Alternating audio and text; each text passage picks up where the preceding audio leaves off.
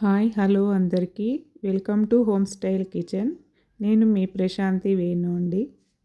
ఈరోజు ఎంతో రుచికరమైన ఆరోగ్యకరమైన పొనగంటి ఆకు ఫ్రై ఎలా చేయాలో చూసేద్దాం. ముందుగా ఫ్రైలోకి కావాల్సిన పౌడర్ కోసము చేసుకోవాలండి. స్టవ్ మీద ప్యాన్ పెట్టి పల్లీలు వేసుకోవాలండి. ఇవి బాగా కొంచెం దోరగా వేయించుకోవాలి. పల్లీల పౌడర్ చాలా మంచి టేస్ట్ని ఇస్తుందండి దానికి ఫ్రైకి. పల్లీలన్నీ వేగిపోయాయండి. ఇప్పుడు పక్కన తీసి పెట్టుకోవాలి.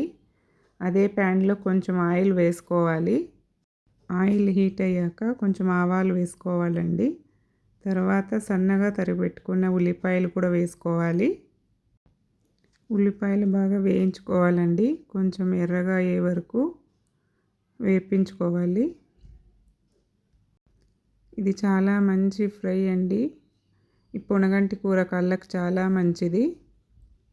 ఉల్లిపాయలు బాగా వేగాయండి.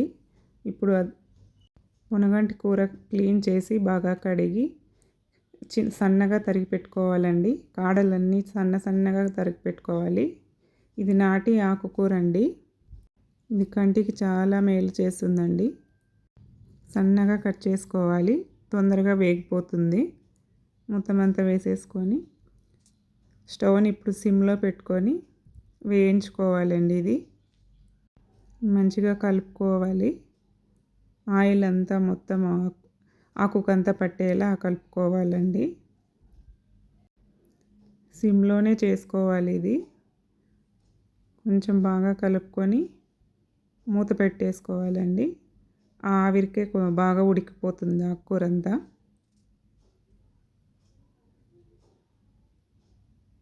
మంట ఎక్కువ పెట్టకూడదండి, మాడిపోతుంది. బాగా కలుపుకోవాలి.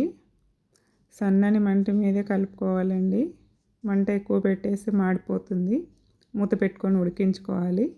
ఇప్పుడు దానిలోకి కావాల్సిన పౌడర్ కోసం మిక్సీ జార్ తీసుకొని పల్లీలు వేసుకోవాలి. దానికి తగ్గట్టుగా సాల్ట్ వేసుకోవాలండి.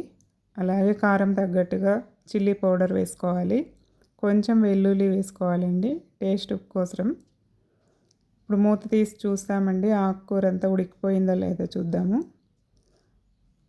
బాగా ఉడికిపోయిందండి.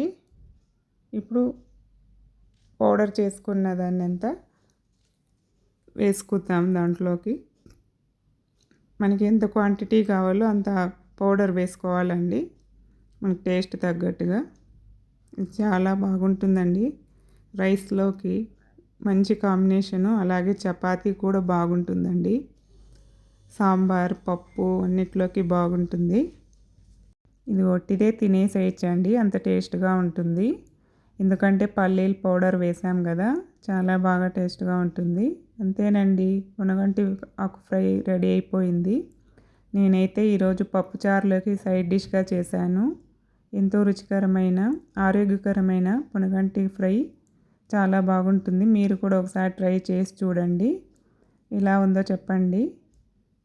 అంతేనండి, ఈ చిన్ని వీడియో మీకు నచ్చినట్లయితే లైక్ చేయండి, షేర్ చేయండి, సబ్స్క్రైబ్ చేసుకోండి. బాయ్ అందరికీ.